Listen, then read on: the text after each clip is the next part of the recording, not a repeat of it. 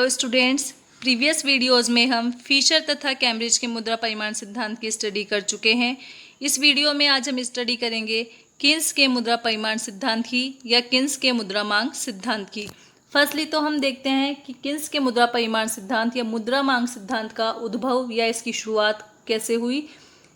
Keynes का मुद्रा परिमाण सिद्धांत मुद्रा के मूल्य संबंधी सिद्धांतों में से सबसे आधुनिक और स्पष्ट सिद्धांत माना जाता है। इस सिद्धांत का सर्वप्रथम प्रतिपादन 1844 में थॉमस टोक ने किया था। उन्होंने अपनी रचना An Inquiry into the Currency Principle में इस सिद्धांत को स्पष्ट करते हुए लिखा है कि कीमतों का निर्धारण मुद्रा की मात्रा से नहीं वरन मौद्रिक आय से होता है, क्योंकि मुद्रा की मात्रा तो स्वयं कीमतों का परिणाम है। प्रोफेसर विक्सेल ने टोक के सिद्धांत को आगे विकसित किया, जिसे बाद में हेयक, हेबरलर, अफ्तालियन आदि ने भी काफ़ी आगे बढ़ाया, किंतु इस सिद्धांत के वैज्ञानिक विश्लेषण का श्रेय मुख्यतः प्रोफेसर किन्स को ही जाता है। प्रारंभ में तो प्रोफेसर किन्स कैम्ब्रिज समीकरण से सहमत थे, किंतु बाद में उन्होंने कैम्ब्रिज समीकरण में कुछ संशोधन कर वास्तविक शेष दृष्टिकोण पर आधारित एक समीकरण प्रस्तुत किया, जो कि इस प्रकार था: n = p × K + RK dash. ये समीकरण उन्होंने उपभोग वस्तुओं के आधार पर दिया था, किंतु किन्स इन संशोधित समीकरणों से भी संतुष्ट नहीं थे। अतः उन्होंने पुनः इन समीकरणों में संशोधन कर मुद्रा के आय सिद्धांत का प्रतिपादन किया। किन्स ने मुद्रा परिमाण सिद्धांत को स्पष्ट करते हुए लिखा है कि मुद्रा का मूल्य मौद्रिक आय, व्यय, बचत एवं विनियोग की पारस्परिक शक्तियों पर निर्भर करता है। किन्स ने अपनी रचना General Theory of Employment, Interest and Money में इस सिद्धांत की व्याख्या करते हुए लिखा है कि मुद्रा का मूल्य अर्थात वैल्यू ऑफ मनी उसके परिमाण या क्वांटिटी पर निर्भर न होकर जनता की आय पर, उसके बचाने की शक्ति तथा बचत एवं विनियोग के संबंध पर निर्भर करती है। अर्थात किन्स के अनुसार मुद्रा मूल्य निर्धारण के प्रमुख घटक Y, I तथा S है, अर्थात इनकम, इन्वेस्टमेंट एवं सेविंग है। किन्स के मुद्रा परिमाण सिद्धांत को कई विभिन्न नामों से जाना जाता है, जैसे कि इसे हम मुद्रा मूल्य का आय सिद्धांत अर्थात income theory of value of money के नाम से भी जानते हैं। इसके अलावा इसे मुद्रा का बचत एवं विनियोग सिद्धांत अर्थात saving and investment theory of money भी कहा जाता है। यह सिद्धांत modern theory of value of money अर्थात मुद्रा मूल्य के आधुनिक सिद्धांत के नाम से भी जाना जाता है। किन्स के मुद्रा परिमाण सिद्धांत के दो प्रमुख घटक है, अर्थात यह सिद्धांत दो प्रमुख तथ्यों पर निर्भर करता है। इसमें से फर्स्ट है कि मुद्रा की मांग सौदा या लेन देन उद्देश्य अर्थात ट्रांजैक्शन मोटिव के अलावा अन्य उद्देश्यों जैसे सतर्कता उद्देश्य अर्थात प्रिकॉशनरी मोटिव एवं सट्टा उद्देश्य या स्पेकुलेटिव मोटिव से भी प्रभावित होती है। सेकंड है कि मुद्रा की पूर्ति के परिवर्तन पहले ब्याज की दर को प्रभावित करते हैं और बाद में अर्थव्यवस्था के अन्य अंगों को प्रभावित करते हैं। अर्थात मुद्रा की पूर्ति में परिवर्तन होने पर सबसे पहले इंटरेस्ट रेट में चेंज होगा और उसके बाद में इकोनॉमी के अदर सेक्टर्स इससे प्रभावित होंगे। नेक्स्ट हम वन बाय वन इन दोनों ही फैक्ट्स की स्टडी कर लेते हैं। तो फर्स्टली हम देखते हैं डिमांड फॉर मनी अर्थात मुद्रा की मांग। किन्स के अनुसार मुद्रा की मांग तीन उद्देश्यों से की जाती है। फर्स्ट है ट्रांजैक्शंस मोटिव अर्थात लेन देन उद्देश्य, सेकंड है प्रिकॉशनरी मोटिव अर्थात सतर्कता उद्देश्य और थर्ड है स्पेकुलेटिव मोटिव अर्थात सट्टा उद्देश्य। लेन देन उद्देश्य तथा सतर्कता उद्देश्य के लिए की जाने वाली मुद्रा की मांग को हम M1 से डिनोट करते हैं और इन उद्देश्यों के लिए की जाने वाली मुद्रा की मांग आय के स्तर पर निर्भर करती है। अतः इसे फंक्शन रूप में हम इस प्रकार से डिनोट कर सकते हैं: M1 is the function of Y। इन दोनों ही उद्देश्यों के लिए मुद्रा की मांग में मुद्रा विनिमय माध्यम के रूप में कार्य करती है। नेक्स्ट जो उद्देश्य है सट्टा उद्देश्य, इसके लिए की जाने वाली मुद्रा की मांग को हम M2 से डिनोट करते हैं और इस उद्देश्य के लिए की जाने वाली मुद्रा की मांग ब्याज की दर पर निर्भर करती है। इसलिए फंक्शनल रूप में हम इसे इस प्रकार से लिख सकते हैं: M2 is the function of R अर्थात सट्टा उद्देश्य के लिए की जाने वाली मुद्रा की मांग ब्याज दर पर निर्भर करती है और इस संदर्भ में मुद्रा मूल्य संग्रह का कार्य करती है। नेक्स्ट हम वन बाय वन तीनों ही मोटिव्स के लिए की जाने वाली मुद्रा की मांग की स्टडी कर लेते हैं। तो फर्स्टली हम देखते हैं ट्रांजैक्शंस मोटिव के लिए की जाने वाली मुद्रा की मांग अर्थात लेन देन उद्देश्य के लिए की जाने वाली मुद्रा की मांग।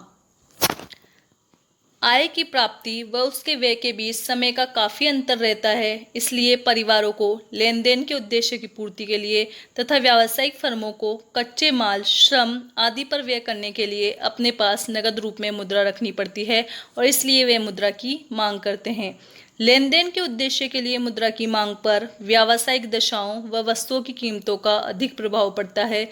राष्ट्रीय आय के एक दिए हुए स्तर पर मुद्रा की यह मांग ब्याज की दर से स्वतंत्र मानी जाती है और यह आय के स्तर पर निर्भर करती है। लेन देन उद्देश्य के लिए मुद्रा की मांग में मुद्रा विनिमय माध्यम के रूप में कार्य करती है। इसका राष्ट्रीय आय से सीधा संबंध होता है।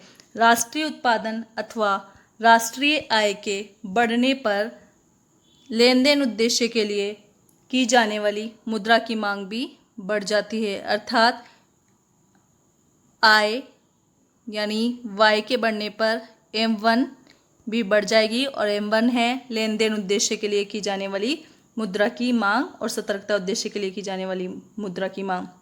जो आय बढ़ती है त्यों जनता व फर्में लेन देन के उद्देश्य के लिए अधिक मात्रा में मुद्रा की मांग करते जाते हैं।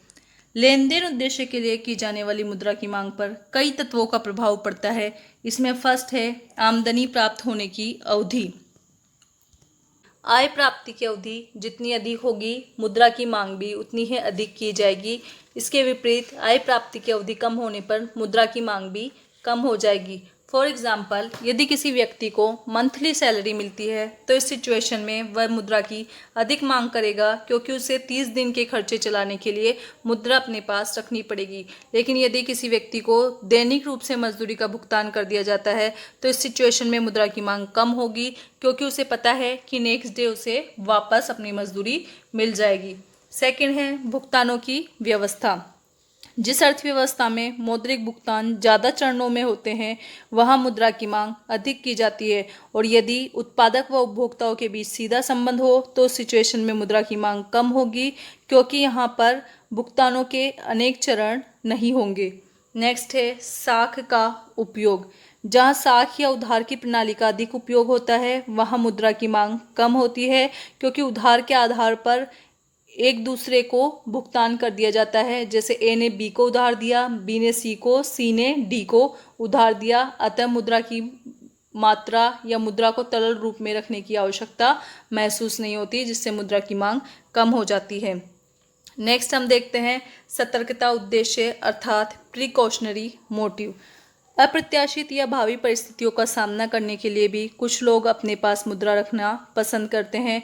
फॉर एग्जाम्पल, एक ग्रस्त व्यक्ति भविष्य में होने वाली दुर्घटनाओं या बीमारी आदि का सामना करने के लिए अपने पास मुद्रा रखना चाहता है। इसी प्रकार फर्में भी आकस्मिक खर्चों को पूरा करने के लिए अपने पास नगद राशि रखती है। मुद्रा की ये मांग भी व्यावसायिक दशाओं व आय पर अधिक मात्रा में निर्भर करती है और यह भी ब्याज की दर से स्वतंत्र मानी जाती है और अल्पकाल में स्थिर रहती है। इस पर व्यय की प्रकृति, साख की सुविधा तथा बॉन्ड्स को नगद रूप में बदलने की सुविधा आदि का भी प्रभाव पड़ता है। नेक्स्ट है सट्टा उद्देश्य के लिए की जाने वाली मुद्रा की मांग। लोग ब्याज की दर के परिवर्तनों का लाभ उठाने के लिए भी अपने पास नगद राशि रखना पसंद करते हैं। सट्टे के उद्देश्य के लिए की जाने वाली मुद्रा की मांग का ब्याज की दर से सीधा अर्थात प्रत्यक्ष संबंध होता है। यदि एक विनियोगकर्ता या इन्वेस्टर ये सोचता है कि भविष्य में ब्याज की दर बढ़ेगी तो इस सिचुएशन में वह आज अपने पास नगद राशि रख सकता है ताकि भविष्य में ब्याज के बढ़ने पर वह बॉन्ड कम कीमतों पर खरीद सके। इसके विपरीत यदि वह सोचता है कि भविष्य में ब्याज की दर घट जाएगी अर्थात कम हो जाएगी और बॉन्डों की कीमत बढ़ेगी तो वह आज बॉन्ड खरीद सकता है ताकि भविष्य में इन्हें बेचकर लाभ कमा सके। इस प्रकार सट्टे के उद्देश्य का ब्याज की दर से गहरा संबंध होता है, अर्थात ब्याज की दर बढ़ने पर सट्टा उद्देश्य के लिए की जाने वाली मुद्रा की मांग घट जाती है और ब्याज की दर के घटने पर सट्टा उद्देश्य के लिए की जाने वाली मुद्रा की मांग बढ़ जाती है। यहाँ प्रथम व द्वितीय उद्देश्यों के लिए की जाने वाली मुद्रा की मांग विशेषतः आय पर निर्भर करती है, इसलिए इसे हम निम्न रूप में भी व्यक्त कर सकते हैं। M1 is the function of Y। यहाँ M1 है सौदा उद्देश्य व सतर्कता उद्देश्य के लिए की जाने वाली मुद्रा की मांग Y I को शो करती है और F M1 तथा Y के मध्य विद्यमान फंक्शनल रिलेशनशिप को बताता है। तीसरा उद्देश्य जो कि सट्टा उद्देश्य है, उसके लिए की जाने वाली मुद्रा की मांग ब्याज की दर पर निर्भर करती है और इसे हम इस प्रकार से व्यक्त कर सकते हैं। M2 is the function of R, अर्थात सट्टा उद्देश्य के लिए की जाने वाली मुद्रा की मांग M2 डिपेंड करती है R पर, अर्थात ब्याज की दर पर। इस प्रकार से मुद्रा की कुल मांग होगी M बराबर M1 प्लस M2। केंजियन दृष्टिकोण के अनुसार इन दोनों M1 तथा M2 को मिलाने पर मुद्रा की मांग का समीकरण निम्न प्रकार से प्राप्त होगा। M is the function of Y plus function of R। इस प्रकार किन्स के अनुसार मुद्रा की मांग राष्ट्रीय आय और ब्याज की दर से प्रभावित होती है, अर्थात मुद्रा मांग निर्धारण के जो प्रमुख तत्व है वो है नेशनल इनकम और दूसरा इंटरेस्ट रेट। नेक्स्ट हम किन्स के मुद्रा परिमाण सिद्धांत से संबंधित इस दूसरे तथ्य की स्टडी करेंगे कि मुद्रा की पूर्ति में परिवर्तन सर्वप्रथम ब्याज दरों को प्रभावित करता है तथा इसके पश्चात वह अर्थव्यवस्था के अन्य अंगों को प्रभावित करता है। यद्यपि किन्स भी इस परंपरागत विचार से सहमत है कि मुद्रा की पूर्ति में परिवर्तन कीमत स्तर में भी परिवर्तन को जन्म देता है, किंतु वह कीमत स्तर में परिवर्तन की प्रक्रिया के संबंध में पूर्णतया मौलिक विचार प्रस्तुत करते हैं। उनके अनुसार मुद्रा की पूर्ति में परिवर्तन का मूल्य स्तर पर प्रभाव न तो प्रत्यक्ष होता है और न ही आनुपातिक, वरन मुद्रा की पूर्ति में परिवर्तन मूल्य स्तर को ब्याज दरों, विनियोग, उत्पादन, रोजगार एवं आय के माध्यम से अप्रत्यक्ष रूप से प्रभावित करता है। केन्स के अनुसार मुद्रा की पूर्ति के द्वारा कीमत स्तर में परिवर्तन का एक क्रम होता है और उस क्रम को या उस प्रक्रिया को हम इस प्रकार से एक्सप्लेन कर सकते हैं कि सर्वप्रथम जब मुद्रा की पूर्ति में परिवर्तन होता है तो इसका प्रभाव ब्याज की दरों में पड़ता है। ब्याज की दर मुद्रा की पूर्ति के घटने से बढ़ जाती है तथा मुद्रा की पूर्ति के बढ़ने पर ब्याज की दर घट जाती है। ब्याज की दर में होने वाला परिवर्तन नेक्स्ट विनियोग को प्रभावित करता है। ब्याज की दर के बढ़ने पर उद्यमियों के लिए अधिक मात्रा में विनियोग करना लाभप्रद नहीं होता, इसलिए ब्याज की दर के बढ़ने पर विनियोग की मात्रा घट जाती है तथा ब्याज की दर के घटने पर विनियोग की मात्रा बढ़ जाती है। विनियोग में परिवर्तन होने पर ये आगे जाकर रोजगार आय तथा उत्पादन की मात्रा में परिवर्तन करता है और ये परिवर्तन विनियोग गुणक के माध्यम से होता है। निवेश के बढ़ने पर रोजगार आय तथा उत्पादन की मात्रा में निवेश गुणक के माध्यम से परिवर्तन होता है और जबकि विनियोग के घटने पर रोजगार आय तथा उत्पादन की मात्रा में निवेश गुणक के बराबर कमी हो जाती है। रोजगार आय तथा उत्पादन की मात्रा में परिवर्तन उपभोग, मांग तथा लागतों में परिवर्तन को जन्म देता है और ये परिवर्तन आगे जाकर अंततः कीमत स्तर में परिवर्तन लाता है। इस प्रकार मुद्रा की पूर्ति और कीमत स्तर में प्रत्यक्ष संबंध नहीं होकर अप्रत्यक्ष संबंध होता है।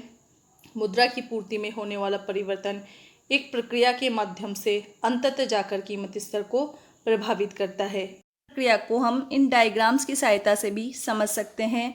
यहाँ 4 डायग्राम्स दर्शाए गए हैं। फर्स्ट डायग्राम जो रेखा चित्र ये है वो ब्याज दर निर्धारण को बता रहा है। सेकंड डायग्राम विनियोग की मात्रा के निर्धारण को दर्शा रहा है। थर्ड डायग्राम वास्तविक राष्ट्रीय आय निर्धारण को बता रहा है तथा जो फोर्थ डायग्राम है उसमें कीमत स्तर के निर्धारण को दर्शाया गया है।